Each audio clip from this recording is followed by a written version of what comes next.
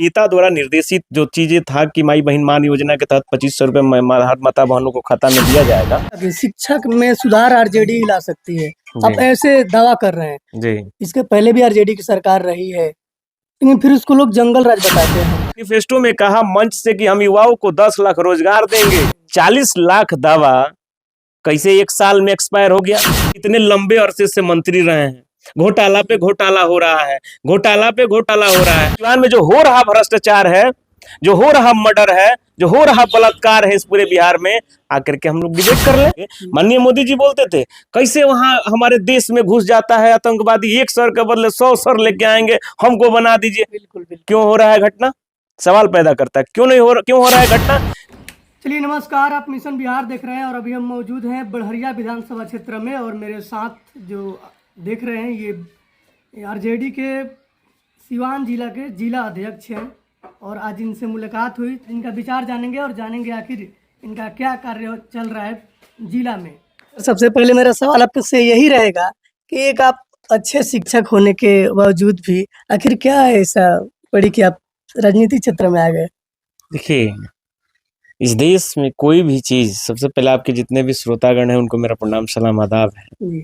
इस देश में जितने भी लोग हैं, कोई धंधा करे या एजुकेशन के क्षेत्र में हो या किसी भी क्षेत्र में हो, सारी चीजों को तय पॉलिटिशियन करते हैं। और मेरा जो विचार है एजुकेशन को, जिस प्रकार से आपने कहा, मैं सीवान में आया और एजुकेशन को डेवलप करने के लिए तमाम प्रयास किया, बहुत प्रयास किया। आया अचानक से पूरे एकदम, हाँ, पूरे जिला में और रिजल्ट भी बहुत अच्छा दिया हमने हर चीज में। लेकिन मुझे ये चीज प्रतीत हुआ कि मैं पॉलिटिक्स में जाकर के और बेहतर इस चीज को कर सकता हूँ, पूरे बिहार लेवल पे कर सकता हूँ, पूरे देश स्तर पे कर सकता हूँ, क्योंकि एक पॉलिटिशियन ही तय करते हैं सारी चीजें। मैंने राष्ट्रीय जनता दल के विचारधारा से, चूंकि मेरे फादर पहले से रहे हैं, इस विचारधारा से मैं जुड़ा और जुड़ करके लगातार 19 प्रखंड में 284 पंचायत में मैं घूमने का काम किया और मेरी प्रायोरिटी भी रहती है। मैं आज भी 2-3-4 जगह बैठक किया, भाषण तो दिया, भाषण की जगह भी नहीं था, लेकिन अपनी बात को रखा कि हमारी सरकार बनेगी। माता बहन से हम एक संवाद स्थापित कर रहे थे बड़हरिया विधानसभा में, 8 विधानसभा में मेरा प्रोग्राम चल रहा है। तो आज मेरा प्रोग्राम, ये कोई प्रदेश का कोई व्यक्ति हमसे नहीं कहा है कि आप जा करके कीजिए, मेरा मोटिवेशन है, क्योंकि जो व्यक्ति कुछ भी काम करे तो ईमानदारी से करना चाहिए। तो आज बड़हरिया विधानसभा में हम प्रोग्राम रख रहे थे, उसमें मैंने तो टोटल चीजें जो नेता द्वारा निर्देशित जो चीजें था कि माई बहन मान योजना के तहत 2500 रुपए हर माता बहनों को खाता में दिया जाएगा, उन तमाम बातों को कहते हुए मैंने एक बात जरूर कहा, एजुकेशन, शिक्षा। तमाम माता बहन से मैंने आग्रह किया, निवेदन किया कि देखिए, आप गरीब हैं या मैं गरीब हूं, मेरे हाथों में 5000 रुपया कोई दे दे तो बदलाव नहीं आएगा, लेकिन आपके बच्चों के हाथ में कॉपी पेन किताब पकड़ा दिया जाए तो नो डाउट अपने आप बदलाव आ जाएगा। आप अपने बच्चों को नहला धुला करके डेली स्कूल भेजिए। इन चीजों पे ज्यादा मैंने जोर दिया और इस चीज को मेरी ही सरकार कर सकती है। जो राष्ट्रीय जनता दल की सरकार बनेगी, क्वालिटी ऑफ एजुकेशन की बात कोई करे, उसकी गणना करे, तो राष्ट्रीय जनता दल ही कर सकती है। तो ये घूम रहे हैं हम लोग, हर जगह प्रोग्राम कर रहे हैं। अब मोबाइल ले जाए सर, शिक्षक में सुधार आरजेडी ही ला सकती है, आप ऐसे दावा कर रहे हैं जी। इसके पहले भी आरजेडी की सरकार रही है, लेकिन फिर उसको लोग जंगल राज बताते हैं। जब आदरणीय श्री लालू प्रसाद यादव जी को जो बिहार मिला था ना जी, वो ऊंच नीच भेदभाव छुआछूत वाला बिहार मिला था। कॉन्स्टिट्यूशन बनने के बाद, संविधान बनने के बाद 90 तक मैं एज ए पढ़ा लिखा जो पढ़ा हूँ, उस चीज को जो देखा हूँ, लोगों से, गार्जियन से सुना, उस बात को बता रहा हूँ। उनको ऐसा बिहार मिला था जिस समय का जीडीपी जो था बहुत कम था, उस समय कोई रिसोर्सेस नहीं था इस बिहार में। इस वर्ल्ड का सबसे समृद्ध राज्य पाटलिपुत्र हुआ करता था, इतिहास पढ़िएगा तो। कारण क्या हुआ, 3000 सालों में ये सबसे गरीब राज्य बन गया। ये सोचनीय है, विचारणीय है। लेकिन आदरणीय श्री लालू प्रसाद यादव जी को जो 15 साल बिहार मिला, वो बिल्कुल क्या कहें, ऐसा बिहार मिला कि समानता का अधिकार देते देते उनको 15 साल लग गया। उसके बाद नीतीश जी आ गए और नीतीश जी 20 साल से हैं। आदरणीय नीतीश जी माननीय मुख्यमंत्री हमारे हैं, वो 20 सालों से हैं। क्या उन्होंने डेवलप किया? शिक्षा की बात करें, स्वास्थ्य की बात करें, रोजगार की बात करें, भ्रष्टाचार की बात करें, भ्रष्टाचार किसी भी थाने में चले जाइए, किसी ब्लॉक में चले जाइए, किसी जिला में चले जाइए, बिना पैसा दिए हुए, आप मीडिया के भाई है ना, आप कहिएगा भी तो आपसे नहीं डरेगा कि आप जाके दिखाना है दिखा दीजिएगा, कोई बात नहीं है, आपका काम नहीं होगा।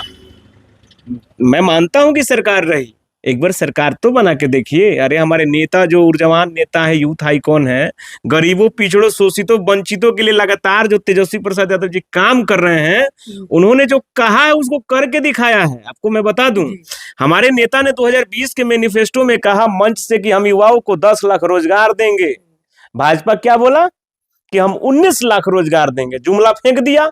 लेकिन हमारे नेता जब डिप्टी सीएम बने, जब माननीय मुख्यमंत्री नीतीश जी जब मेरे तरफ आए, हम लोग की तरफ भाजपा से भाग के, तो हमारे नेता का देन है कि 5 लाख युवाओं को रोजगार मिला, आपको पता है।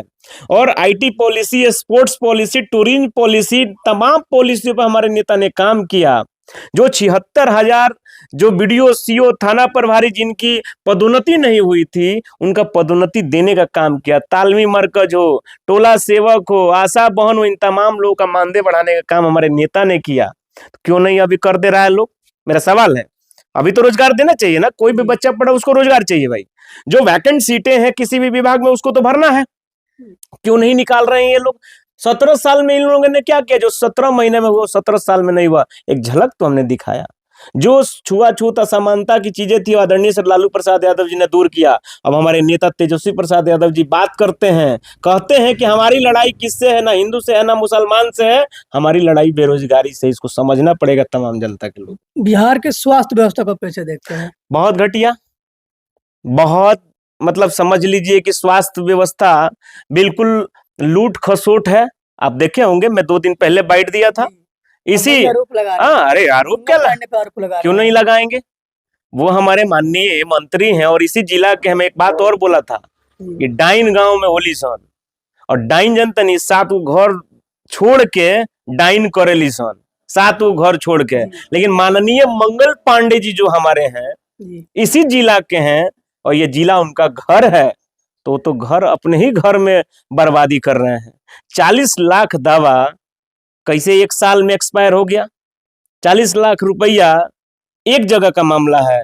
ये उठा करके देखा जाए और तीसरा आदमी से इसकी जांच कराया जाए, तो मुझे लगता है अरबों खरबों रुपया का घोटाला इसमें हुआ होगा। जितने पीएचसी पे चले जाइएगा सब दवा एक्सपायर हो गया है। तो सिवान का मामला है, जितने पीएचसी पे चले जाइएगा आपको बेहतर ढंग से इलाज नहीं होगा, सब इक्विपमेंट लगा हुआ है। ये जनता का पैसा से है, जनता के पैसा से ना वहां पे सारी सुख सुविधाएं हैं ना। आप स्वास्थ्य विभाग के इतने लंबे अरसे से मंत्री रहे हैं, घोटाला पे घोटाला हो रहा है, घोटाला पे घोटाला हो रहा है, कर क्या रहे हैं? मैं आपके चैनल के से मांग करता हूं, आपके चैनल के माध्यम से, कि इसकी नैतिक जिम्मेदारी लेते हुए माननीय मंगल पांडे जी स्वास्थ्य मंत्री अपने पद से इस्तीफा दें। वो तो बोलते हैं कि आपके नेता जो है उनको बोलते हैं कि आके डिबेट कर लीजिए मेरे साथ, अगर कुछ गड़बड़ी है तो। पहले इस भ्रष्टाचार वाला मुद्दा पे हम ही से डिबेट कर न लीजिए, ये भ्रष्टाचार छोड़ दीजिए मेरे नेता का। अरे मेरे नेता और वो लोग दोनों लेवल के हैं, उसमें मेरा कोई बहुत टिक्का टिप्पणी नहीं रहेगा। लेकिन एक मैं उनसे एक खुला चैलेंज दे रहा हूं कि इस भ्रष्टाचार वाले मुद्दे पे, और सिवान में जो हो रहा भ्रष्टाचार है, जो हो रहा मर्डर है, जो हो रहा बलात्कार है इस पूरे बिहार में, आकर के हम लोग डिबेट कर लें। अरे आम जनता का जो मुद्दा होता है उस पर तो बात नहीं करते हैं आप लोग, रोना रोते हैं पहले का। अरे मौजूदा समय पे बात कीजिए, हाईटेक जमाना हो गया है, सब लोग देख रहा है, सब लोग समझ रहा है। तो रही बात बरगलाने का, तो कुछ भी, एक बात जान लीजिए, भाजपा वाले लोग जो है ना, वो सिर्फ जुमला देना जानते हैं। 2019 के पहले क्या 2014 के पहले माननीय मोदी जी क्या बोलते थे? कैसे रुपया गिर गया, रुपया कैसे गिरता है भाई, कैसे आतंकवादी घुस जाता है भाई, बोलते थे ना। आप मीडिया के भाई है, कहिएगा तो हम सर्च करके दिखा देंगे। माननीय मोदी जी बोलते थे कैसे वहां हमारे देश में घुस जाता है आतंकवादी, 1 सर के बदले 100 सर लेके आएंगे, हमको बना दीजिए। बिल्कुल। क्यों हो रहा है घटना? सवाल पैदा करता है, क्यों हो रहा है घटना? खाली जुमला। 2 करोड़ युवाओं को रोजगार देने का आपने बात किया था। हम यूथ हैं, हम युवा हैं, इस बात को मजबूती से रखते हैं। तमाम किसी पार्टी के युवा हो जो इस चैनल के माध्यम से देख रहा है, वो कमेंट करके बताए अपने दिल पे हाथ रख करके कि क्या उसको छलने और ठगने का काम ये भाजपा सरकार नहीं की 2014 के बाद से? बिल्कुल की है ठगने और छलने का काम। 2 करोड़ युवाओं के रोजगार की बात करें तो 20 करोड़ युवा का रोजगार हुआ। सबसे ज्यादा जो एम्प्लॉयमेंट जनरेट करने वाला सेक्टर होता है वो रेलवे, प्रत्येक साल लोग उसमें नहीं रिटायर्ड होते हैं। 2019 में 90,000 बहाली निकला, वही प्रक्रिया में अभी चल रहा है। तो सवाल तो बनता है क्योंकि इस देश का मैं नागरिक हूं, युवा हूं, और ये जो देश है मोर देन 60% युवाओं का देश है। तो मेरा तो सवाल तो रहेगा। अच्छा सर, पीएमसीएच के बारे में क्या कहेंगे? अब पीएमसीएच में मरने के लिए लोग जाते हैं। हेलीपैड बनाया जा रहा है ना ना, मरने के लिए लोग जाते हैं। एक बात बताऊं, किसी भी पार्टी का व्यक्ति हो सकता है कि ऐसे राजद और देख करके वो लोग क्रिटिसाइज करे, कुछ नेगेटिव बोले। मैं किसी भी पार्टी का बात कर रहा हूँ, जेडीयू, राजद, भाजपा, अन्य पार्टी के रोड पे चल रहा है व्यक्ति, एक्सीडेंट हो जाए, भगवान न करे किसी के साथ ऐसा हो ही रहा है डेली। एक्सीडेंट होने के बाद वो कहाँ जाएगा? नियरेस्ट पीएचसी में। पीएचसी में क्या होता है, सच्चाई में बात बता रहा हूँ, खूब बढ़िया से सुई लेगा और दर्द हो रहा है उसको, खूब बढ़िया से सी देगा, मरहम पट्टी लगा देगा, बोल दे चल जाइए आप सिवान सदर अस्पताल में, रेफर सिवान। सिवान जाएगा वो व्यक्ति, यदि यहाँ नहीं इलाज करा, सिवान ही चला गया वो व्यक्ति। सिवान जाने के बाद वो लोग वही कम वो फिर करते हैं, मरहम पट्टी लगाते हैं, वो सुई देते हैं, अब भेज देते हैं कहाँ? पीएमसीएच। अब पीएमसीएच तो बच्चा वो व्यक्ति पहुंचता ही नहीं है, मसरख जाने के बाद देहांत हो जाता है, कोई पुल पे मर जाता है। क्या आपके पास कोई इक्विपमेंट नहीं है? आपके पास व्यवस्था नहीं है? आप एमबीबीएस डॉक्टर नहीं है? तो फिर कह लिए ताला मार दो भाई, उसमें ताला मार दो ना। वही एमबीबीएस डॉक्टर वहां पे भी बैठा हुआ है, वही डॉक्टर यहाँ पे भी बैठा हुआ है, तो क्यों नहीं इलाज होगा? सारी व्यवस्थाएं आपके पास है, क्यों नहीं हो रहा है? मेरा सवाल है। तो मुझे लगता है कि जितनी सदर अस्पताल है, पीएचसी है, इसमें काम कुछ नहीं हो रहा है, सिर्फ मरहम पट्टी का काम होता है, और सिर्फ घोटाला पे घोटाला और भ्रष्टाचार करने के लिए सब लोग किए हुए हैं। तेजस्वी जी बने थे ना, मिशन 60 चलाए, जितना रंगाई पुताई देख रहे हैं और जितना जांच हो रहा है, जितनी जांच हो रहा है, सब हमारे नेता का देन है। ये सारी इक्विपमेंट लगा हुआ है, उनका सोच था कि सबसे मेन चीज है शिक्षा को दुरुस्त कर देना और स्वास्थ्य को दुरुस्त कर देना। तब तक माननीय नीतीश जी भाग गए उधर, तो अब हम लोग को उनकी जरूरत भी नहीं है। हम लोग अपने इस बार 2025 में बिहार की जनता जान चुकी है, समझ चुकी है, युवा समझ चुका है कि कौन मेरे लिए काम कर रहा है, कौन मेरे लिए आवाज उठा रहा है, और हम लोग इस बार सरकार बनाएंगे।